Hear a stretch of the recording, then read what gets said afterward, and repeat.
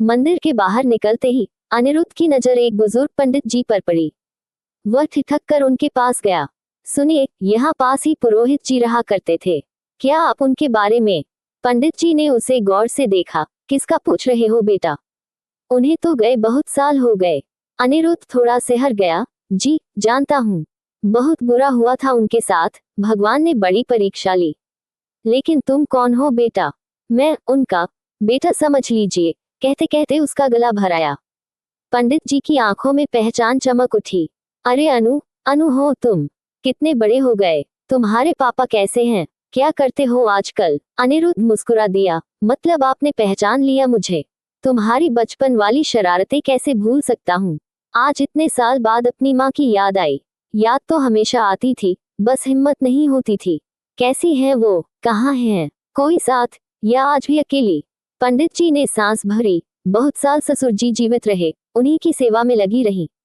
अब एक एनजीओ चलाती हैं, दिन भर बच्चों के बीच रहती हैं, शायद मातृत्व की कमी वही पूरी करती हैं। तुम्हें बहुत याद करती हैं। तुम्हें उनके हाथ के बेसन के लड्डू बहुत पसंद थे ना? आज भी हर मंगलवार चढ़ाती हैं और बच्चों में बांटती हैं। जाओ, मिल आओ उनसे। अनिरुद्ध अधिक समय खोना नहीं चाहता था।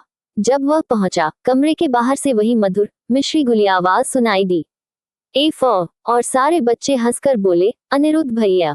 रुको बदमाशों, उनकी हंसी कमरे में गूंज रही थी। अनिरुद्ध अपना नाम सुनकर सहम गया, जैसे कोई चोरी पकड़ ली गई हो। अचानक उसके मुंह से निकला, आया माँ। भारी शोर में भी उसकी आवाज एकदम साफ उनके दिल तक पहुंची। वह तेजी से बाहर आई। दरवाजा खुला और सामने एक अनजान नवयुवक खड़ा था, झुका हुआ, शर्म से भरा। किससे मिलना है? अभी क्लास चल रही है।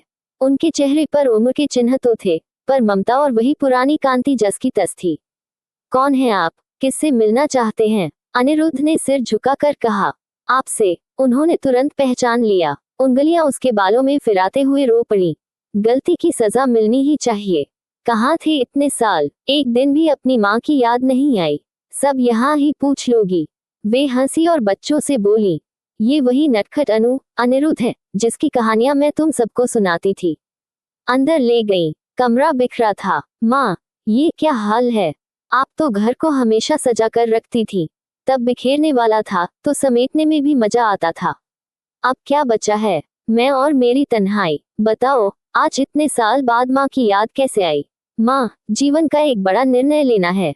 सबके विरोध के बाद भी सोचा, आपकी राय मिल जाती तो शायद मन हल्का हो जाता। पूरा दिन यूं ही बीत गया, पर अनिरुद्ध अपनी बात कह न सका। रात में उन्होंने अचानक पूछा, शादी कब कर रहे हो अनु? जब तुम कह दोगी। मतलब? माँ, एक उलझन है। मेरे दोस्त का हार्ट अटैक से देहांत हो गया। उसका एक 4 साल का बेटा है, जो हर बात मुझसे मनवाता है और मुझ में ही अपने पापा की छवि देखने लगा है। सच कहूं तो मैं उसे अपनाना चाहता हूँ, पर उसके साथ उसकी माँ। वह रुक गया। उसकी आंखों में उम्मीद देखता हूँ तो दिल पसीज जाता है, पर डर भी लगता है।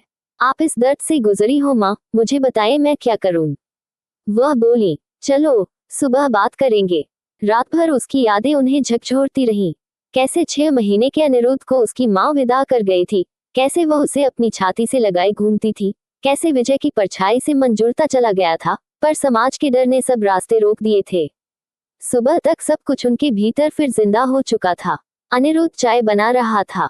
पापा कैसे हैं अनु? ठीक हैं। सच तो ये है, जिस समस्या के लिए आपके पास आया हूँ, यहाँ भेजने का फैसला उन्हीं का था। माँ ने उसकी हथेली पर हाथ रखा। अगर इतना विश्वास है, तो मेरी सलाह यही है, उस लड़की और उसके बेटे को अपना लो। लोग 2 दिन बोलेंगे, फिर चुप हो जाएंगे, पर 3 जिंदगियां संवर जाएंगी। अनिरुद्ध मुस्कुराया। माँ, पापा ने भी यही कहा। बोले, मैं समाज और मर्यादा में बंधा था, तुझे तेरे हिस्से की खुशियां नहीं दे पाया। मुझे खुशी होगी अगर तू किसी की जिंदगी संवार सके। आप चलोगी ना? नहीं बेटा, मेरा आशीर्वाद तेरे साथ है। कुछ फैसले समय पर लेना ही उचित होता है। मर्यादा में निभाए रिश्ते ही सम्मान पाते हैं। अनिरुद्ध चला गया और वह फिर बच्चों की भीड़ में अपने अनु की झलक ढूंढने लगी, जैसे हर बच्चा उसे उसके मातृत्व से जोड़ देता हो। जिंदगी बहुत छोटी है, किस्मत और वक्त कब रुट जाए कह नहीं सकते। इसलिए बैर भाव, देर सवेर, झिझक सब छोड़कर वो काम आज ही कर लेना चाहिए, जिसे कल पर टालना हमें भारी पड़ सकता है।